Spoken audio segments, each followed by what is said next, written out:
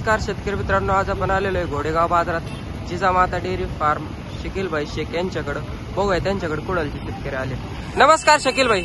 नमस्कार. बरं, कुडालचे शेतकरी आले आज तुमच्याकडे? चॅनलच्या माध्यमातून हा इगतपुरी घुटीचे पंचायत समिती सभापती हा माळी दादा हा. आपल्या घोडेगाव बाजारमध्ये आले होते आणि आपल्या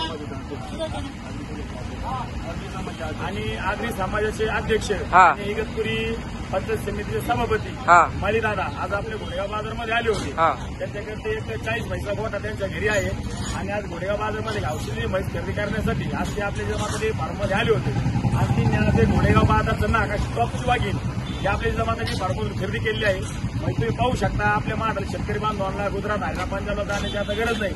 17 लिटर दूध देणारी म्हैस आहे ही. काल रात्री वेलेली आहे, हिच्या खाली पाळली आहे आणि 17 लिटर दूध देण्याची क्षमता आहे. 1,57,000 रुपयाला माई दादाला ही म्हैस आपण खरेदी करून दिली.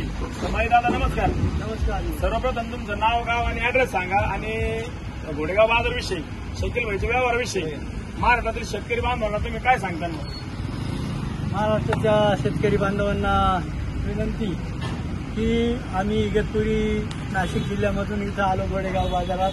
शकीलबाईचं व्हिडिओ आम्ही नेहमी बघत असतो. ते आपल्या शेतकऱ्यांना चांगलं सहकार्य करतात, चांगलं म्हशी घेऊन देतात, दुसऱ्या म्हशी घेऊन देतात. त्यांच्या व्हिडिओ बघूनच आम्ही घोडेगाव बाजारात आलो. त्या घोडेगाव बाजारातून नंबर 1ची टॉपची म्हैस त्यांनी आम्हाला घेऊन दिली. त्याबद्दल शकीलबाईंचं मी अभिनंदन करतो. आणि शेतकरी कुठल्याही शेतकऱ्याला जर म्हैस जनावर चांगलं घ्यायचं असेल तर शकीलबाईचा नंबर ऑलरेडी व्हॉट्सअपवर आहे. त्यांच्याशी संपर्क साधून आपल्याला चांगल्या क्वालिटी म्हैस ते जरूर घेऊन देतील अशी मी शेतकरी बांधवांना विनंती करतो. तुम्ही याच्या अगोदर घोडेगावमध्ये कधी आले होते दादा? 10 वर्षापूर्वी आलो. 10 वर्षापूर्वी. 10 वर्षापूर्वीचा बाजार आणि आजचा बाजार आहे यात तुम्हाला काय वाटलं? बस तुमचा अनुभव महाराष्ट्र शेतकरी बांधवांना काय सांगता तुम्ही? 10 वर्षाचा अनुभव म्हटलं तर 10 वर्षाला अशा काही किमती नव्हत्या. हो, चांगली म्हैस कमी भावात मिळायची. आता गुजरातचा भाव पाहता, नाशिकचा बाजार पाहता, घोडेगावात योग्य भावात म्हैस आम्हाला मिळाली असा माझा अनुभव आहे. आता गुजरात तुम्हाला किती जवळ आहे? गुजरात जवळ आहे आम्हाला 125 किलोमीटर. 125 किलोमीटर मित्रांनो त्यांना गुजरात आहे. तरी आपले महाराष्ट्र शेतकरी बांधव गुजरातमध्ये खरेदी करण्यासाठी जातात आणि घोडेगावचं अंतर त्यांना 180 किलोमीटर आहे. तर गुजरातला न जातात दादांनी घोडेगाव पर्याय निवडला, जेणेकरून आपल्या महाराष्ट्रातील पैसा आपल्या महाराष्ट्रातील मराठी माणसाकडे गेला पाहिजे. हे तरी मामा गुजरातला न जाता आपल्या घोडेगाव बाजारमध्ये आले आणि त्यांनी तिथे आपल्याला तफावत पण सांगितली. आता रोज आपलं किती लिटर दूध जातं मामा? माझं 500 लिटर दूध. तर महाराष्ट्रातील आता नवीन शेतकरी आमच्यासारखे नवीन शेतकरी बांधव, नवीन ग्रुपवर जी या धंद्यामध्ये येत आहे तर त्याच्यासाठी मार्गदर्शन म्हणून तुमचा काय सल्ला राहील बरं? काय काळजी घेतली पाहिजे जेणेकरून दूध धंदा नक्कीच राहील? दूध धंदा नक्कीच राहण्याकरता आपण शेतकरी म्हणून खूप काळजी घेतली पाहिजे. मित्रमाला वेळेवर चारा, वैरण, पाणी, घेतचणी व्यवस्थित दिलं तर हा धंदा निश्चित तरुणांकरता फायदेशीर आहे. एका तुम्ही आगरी समाजाचे अध्यक्ष आणि जिल्हा परिषदेचे 2 टर्म तुम्ही सदस्य आणि त्यानंतर पंचायत समिती सभापती, त्याच्यानंतर एक तुमचा राजकीय प्रवास आणि डायरेक्ट दूध व्यवसाय याची सांगड तुम्ही कशी घालता बरं? याची सांगड तर कसं आहे, हा दूध धंदा आमचा वडिलोपार्जित धंदा आहे. आमच्या आजोबापासून वडिलांपासून माझ्या आता 73 वर्ष वय चालली. पूर्व पारंपरिक हा धंदा असल्यामुळं मला या नेत्याची खूप आवड आहे. जिकडं चांगला जिकडं पाळायचं त्याच्यापुढे हा माझा दुय्यम धंदा म्हणून शेतीकडं जेवढंच लक्ष तेवढंच मी दूध धंद्याकडे लक्ष देतो. त्याच्यामुळे या धंद्यात मला 2 रुपये नक्की मिळतात. तरुणांना विनंती की आपण सुद्धा दुय्यम धंदा म्हणून दूध धंदा स्वीकारावा अशी मी तरुणांना विनंती करतो.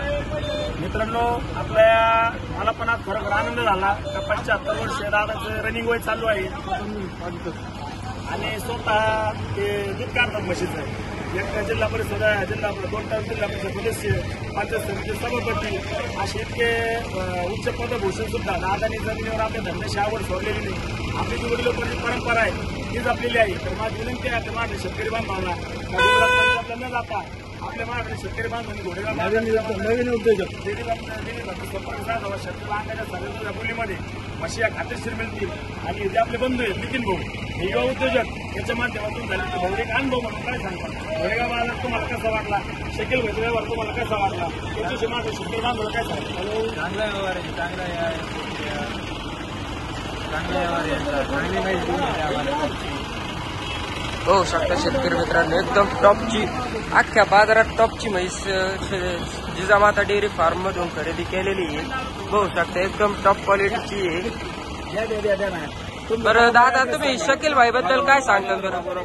माजी सरपंच, हा कृषी उत्पन्न बाजार समितीचा मी संचालक होतो हा आणि आता सध्या ट्रस्टीवर आहे मी. हा तर या बाजारात माझी गंज इच्छा होती यायची. तर एकदा येऊन गेलो, आलो, मला बघायला भेटले कसं माल आहे, काय आहे. तर खरोखर मला एकदम एक नंबर माल मिळाला. मला मी आनंद आहे या वस्तू बसून. आणि शकील भाई बद्दल तुम्ही बाईचा व्हिडिओ पाहूनच आम्ही इथं आलो नाही. येणाऱ्या शेतकऱ्याला काय सांगता तुम्ही? शेतकऱ्याला शकील बाईलाच भेटा तुम्ही आणि योग्य ते व्यवहार करून देतात होते.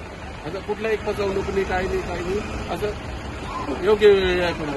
बघू शकता शेतकरी, एकदम टॉप क्वालिटीची म्हैस आहे, खाली पाळडी, हातीवर रिंग म्हैस आहे. ज्यांना म्हशी खरेदी करायच्या त्यांनी जिजामाता डेअरी फार्म यांना संपर्क साधा.